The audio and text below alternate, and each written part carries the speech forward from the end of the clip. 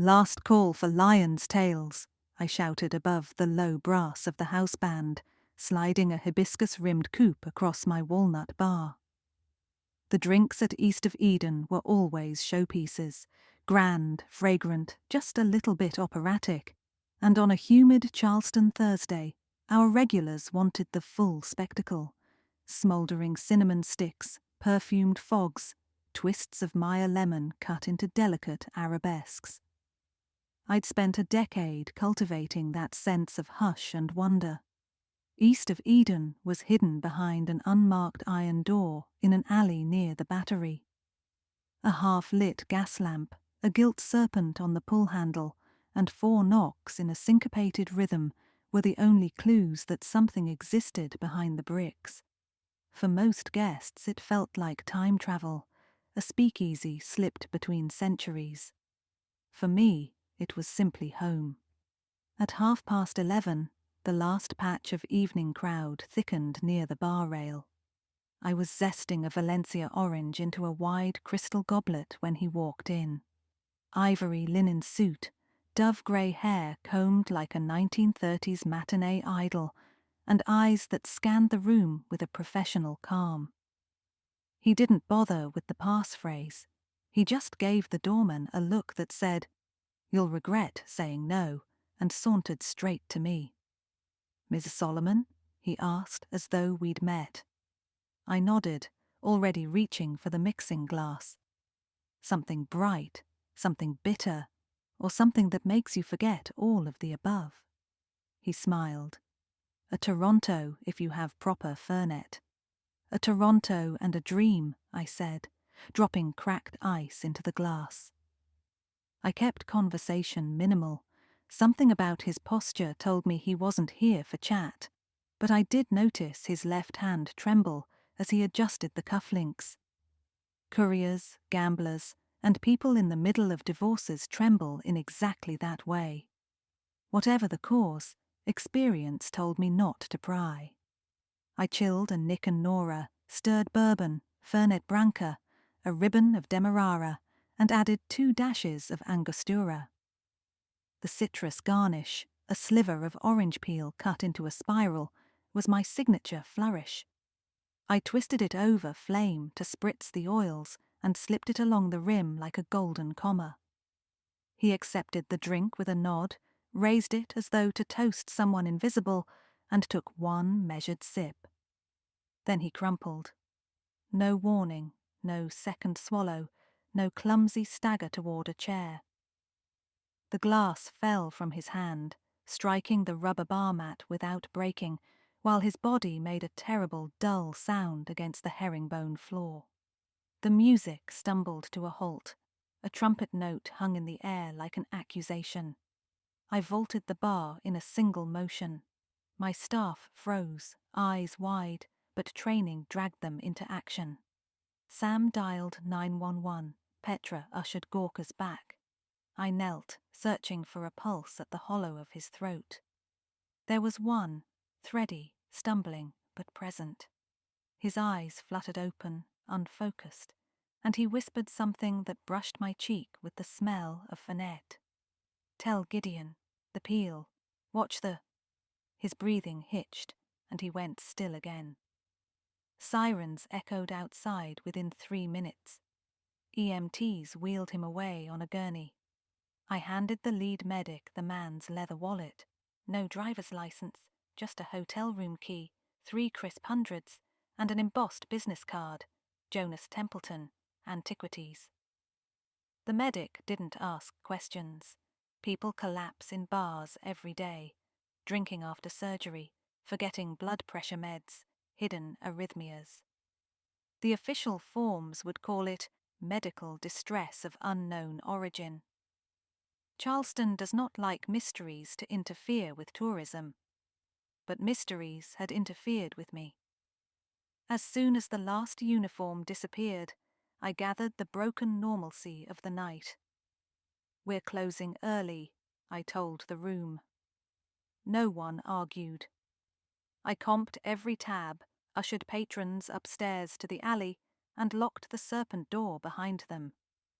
Then I returned to the bar and found Templeton's abandoned Toronto. The glass sat inside the spill mat, nearly full, ice already loosening. I lifted the orange peel between thumb and forefinger. Along the inner pith, in letters no larger than poppy seeds, someone had etched 5 words. River Walker, 14/20/49/02N. I flipped the peel beneath the single Edison bulb above the bitter's shelf. The message was cut by hand, the sort of micro-calligraphy done with a jeweler's blade. Impossible for a customer to accomplish moments earlier. Templeton had accepted the glass 10 seconds after I garnished it. That meant one of my staff had prepared the twist, and I alone had hired every last one of them. I dropped the peel onto a bar spoon and held it to the flame of a blowtorch. The bitter citrus oils flashed, revealing faint brown scorch where the letters had carved deeper than the surface. I memorized the coordinates, 14 degrees, 49 minutes, 2 seconds north, but no longitude, an incomplete set, a second peel somewhere. I replayed the man's words. Tell Gideon, the peel, watch the... It clicked to a half-remembered folktale. Watch the water. But no, his lips had formed a different shape. Not water, Walker, River Walker. Somebody's code name? Or a place?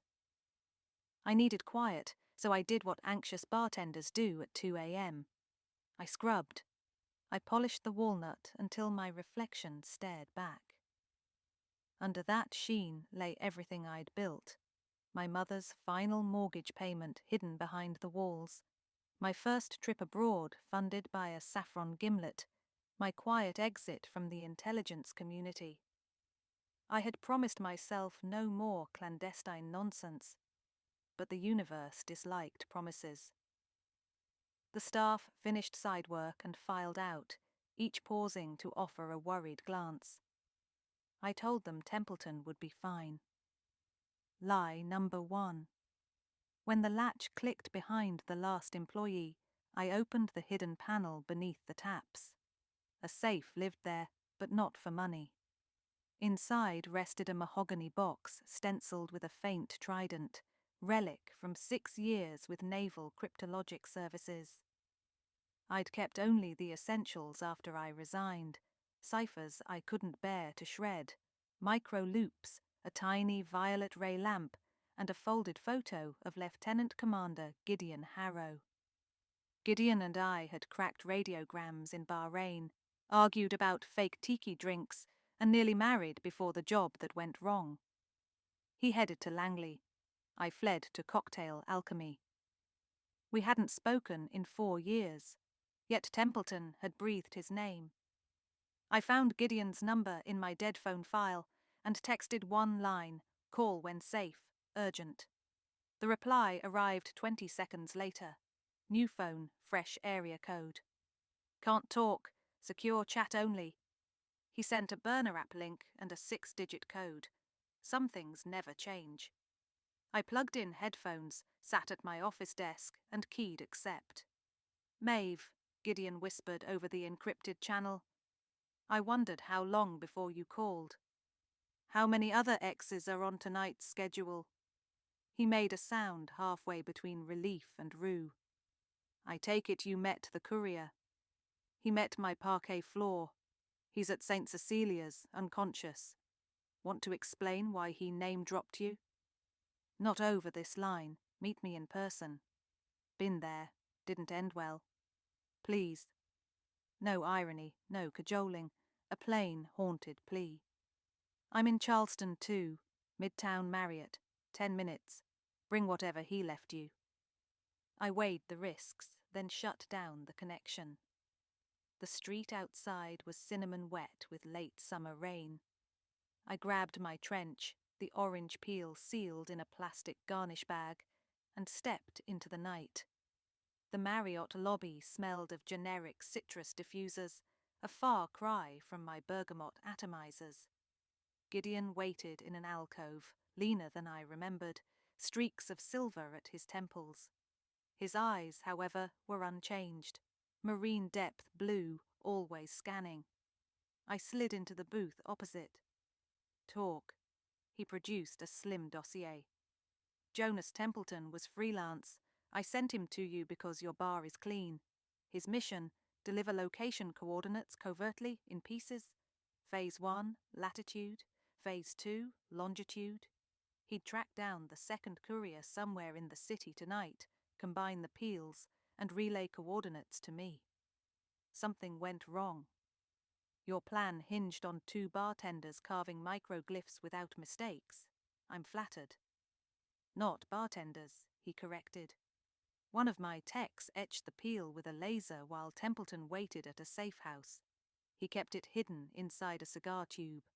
All he had to do was pretend it was freshly cut when you served him. Nobody would suspect the garnish because you use twists in every drink. Except I'm the one who preps garnish tubs at 5 p.m. If a twist shows up I didn't cut, I notice. Which is why he had to ask for a stirred cocktail. So the peel appears last second. I shook my head. He was trembling. Poison? Adrenal blocker, non-fatal, but enough to drop heart rate. Let someone snatch him outside the bar or silence him in an ambulance. Why not kill him outright? Because they need the longitude. Gideon slid forward, urgency rippling. Do you still have encryption gear? I smirked. I keep my toys. I handed him the bagged peel. Only 5 words and half coordinates. Gideon studied the pith, brows knit. They're incomplete. We can't go after the package blind. Whoever drugged him may already have the second peel. Who is they, Gideon? And what's the package? His pause told me the answer weighed tons. 10 days ago, an archaeological dig in the Honduran Mosquitia found a sealed obsidian vessel. Our intel flagged chatter. It's rumoured to contain a 16th century cipher wheel tied to Spanish treasure fleets. The vessel vanished from the museum courier convoy outside Trujillo. We intercepted comms from a group calling themselves Riverwalker, black market antiquities traffickers. They're moving the wheel through Charleston. We want it before it leaves US soil. Because treasure maps beat Sudoku, I muttered. So Templeton carried the latitude. Another courier carries longitude. Combine both and you have a dead drop site. Exactly. Without both, Riverwalker stalls. Our window is maybe 8 hours. Outside, thunder trudged across the horizon. I pictured my staff restocking citrus tomorrow, none aware that their boss was back playing spy in the moonlight. Let's assume the second courier's still alive, I said. He or she will meet Templeton's contact at a pre-arranged bar. Nothing too upscale, somewhere a peel won't stand out. I cross-referenced the reservation lists Templeton hacked. Gideon opened his phone. A map dotted with red pins lit the screen. Only 5 bars in downtown Charleston match the pattern. Classic cocktail focus, open past 1 a.m., no electronic menus. One of them is mine, I noted, which leaves 4. We split up? I know the bartenders, their garnish habits. You don't. I pointed at the 4th pin. The brass magnet. They torch grapefruit peels tableside. Easy to hide laser-etching burn marks. And their crowd, sailors, drifters, black market scouts. Gideon nodded. We'll start there. I'll start there, I corrected. You go to the hospital and keep Templeton breathing. Maeve. No debate. The last time you and I shared a field, my shoulder stopped 3 bullets meant for you. Tonight I like my odds better solo. Text if Templeton wakes. Gideon hesitated, eyes softening, then offered a small salute. Stay sharp. I left the Marriott through the service corridor and caught a rideshare to the Brass Magnet, a weather-worn bar perched over a tidal creek. Midnight haze blurred the street lamps. Inside, brine and diesel hung above every table. A reggae cover band churned on stage. I propped elbows on the bar and scanned the perishables. The magnet used limes, grapefruits, blood oranges, but no Valencia orange bowls. Good sign. A bartender in a floral shirt poured me a dram of house rum agricole. I slipped him a 20. "I'm an orange twist addict," I said. "Any chance you can slice me one of those beauties?" I pointed at the prep counter. He grimaced. "Kitchen's out." "Could check the backup walk-in?" A woman's voice replied behind me. "No need." She slid onto the adjacent stool, producing a small lacquered box. "I carry my own." She was maybe 30, with a swath of honey-brown hair pinned by a silver chopstick. Her blazer pockets bulged asymmetrically. She opened the box, revealing half a dozen orange twists coiled like metallic springs, each wrapped in wax paper. "Choose," she insisted, eyes shining. I smiled politely, selecting the middle twist. As my fingers brushed it, I felt the telltale stiffness of etched pith. She watched too closely. Courier confirmed. "Allow me," she said, retrieving the peel, spearing it onto a cocktail pick, and lowering it into my rum. "To new friends." We clinked glasses. I caught the faint glimmer of something metallic in her other hand, a ring disguised as a dosing needle, poised above my glass. Reflex overrode etiquette. I sneezed, jerking my elbow, sending both glasses crashing to the floor. The rum splashed her shoes, the twist skittered under a bar stool. "Clumsy me," I sighed, bending to snag the peel. She bent likewise, but I palmed it first and slipped it into my trouser pocket. Her smile thinned. "You owe me a drink." "Of course." I turned to flag the bartender, giving myself 2 seconds to scan the peel under the pendant lamp. Tiny characters, 90-11W, longitude. We had a match. When I straightened, she had vanished. So had my jacket. Shit! I lunged into the crowd, weaving past tables. She was already at the exit, pushing through bead curtains. I followed into the alley, rain misting down. She sprinted toward the creek pier, moonlight flashing off the silver hairpin now gripped like a weapon. I accelerated, years of CrossFit finally justifying their dues. Halfway down the pier, she turned and slashed, hairpin blade whisper sharp. I dodged, letting it cut air near my cheek, then pivoted with a bartender's overarm motion, hurling the mojito muddler I'd snatched off a table on my way out. The wooden rod thunked against her wrist. The blade clattered to the planks. She snarled, but before she could recover, I tackled her. The boards rattled, sending ripples across black water. She fought like a cat, knees, elbows, vicious accuracy. But I'd wrestled bigger drunks. I pinned her arm and hissed, "Who is River Walker?" Her lip split, leaking blood and laughter. "Walkers never drown," she spat. She rocked her body sideways, rolling us to the edge. A gloved hand reached from the shadows, hauling her up. A second figure yanked me backward by the collar, slamming skull against wood. Stars burst behind my eyes. By the time focus returned, the pair were in a small launch, motor coughing to life. I stumbled upright just as they pulled away. But my jacket, flung onto the dock, remained. I fished Templeton's peel and the longitude peel from the inner pocket, both safe. Each twist alone was meaningless. Together they pointed somewhere 14-402N, 9-2711 to Guatemala, near the Motagua River. River Walker, indeed. Gideon called as sirens approached. "Templeton's awake. He claims the exchange point is moving to a freighter leaving at dawn. Latitude and longitude are decoys. Access code for the ship's manifest." "Text me the hospital address," I said, pressing an ice pack from a waiter's bucket against my skull. "But first reroute local Coast Guard. We've got a boat to intercept." Hours blurred. statements to police, partial truths, exchanging the peels for a government-labelled pelican case, groaning with legalese.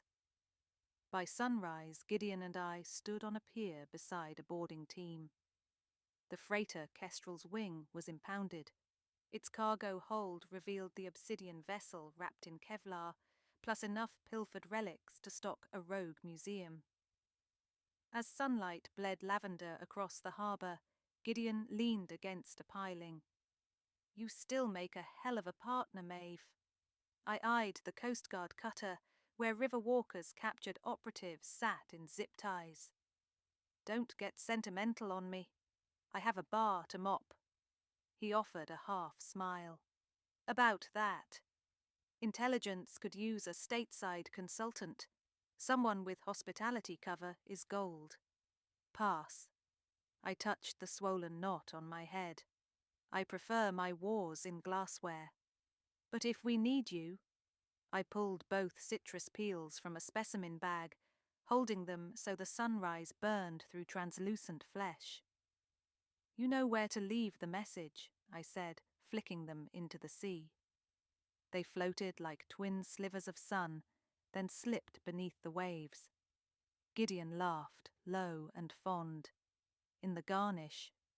"Always," I said, turning toward the awakening city, already tasting the first squeeze of orange against the rim of a Toronto waiting at my own bar.